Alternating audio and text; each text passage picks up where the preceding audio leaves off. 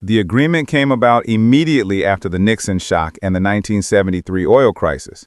The U.S. made a crucial negotiation with Saudi Arabia, the major oil power. The pact was simple, yet brilliant in its execution. And what was the mechanism? Two main parts. First, Saudi Arabia agreed to sell its oil only in U.S. dollars. No euros, no yen, only dollars.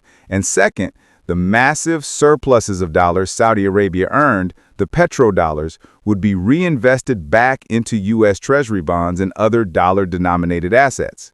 Wow, so you effectively created constant, global, and inelastic demand for your own currency. To buy the world's energy, you must first buy dollars. That's the core analogy. The dollar became the obligatory entry ticket to access the world's energy. Every country, whether it's Japan, China, or Germany, needs oil, and they must hold dollars to get it. This created a relentless, massive demand for the dollar independent of what the U.S. economy or the Federal Reserve was doing domestically. This is the bedrock of the dollar's stability today.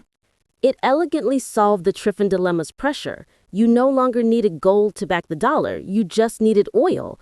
And the U.S. uses its geopolitical influence to secure that oil flow. That's where the geopolitics comes in. The petrodollar system effectively merged global energy security with U.S. financial supremacy. By guaranteeing the military security of the main oil producers, the U.S. de facto protects the demand for its own currency.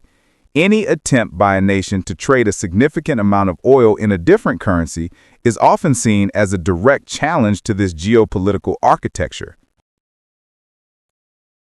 That really puts every international conflict, especially those involving oil-producing regions, into a much clearer financial context.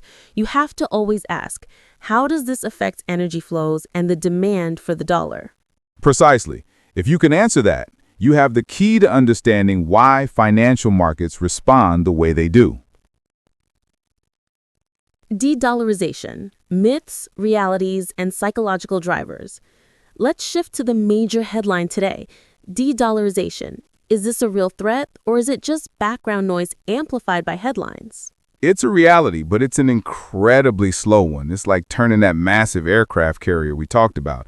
The desire for de-dollarization is driven by two strong psychological factors: geopolitical risk, the fear of U.S. financial sanctions, which is an immensely powerful tool, and the need for predictability. Countries want a more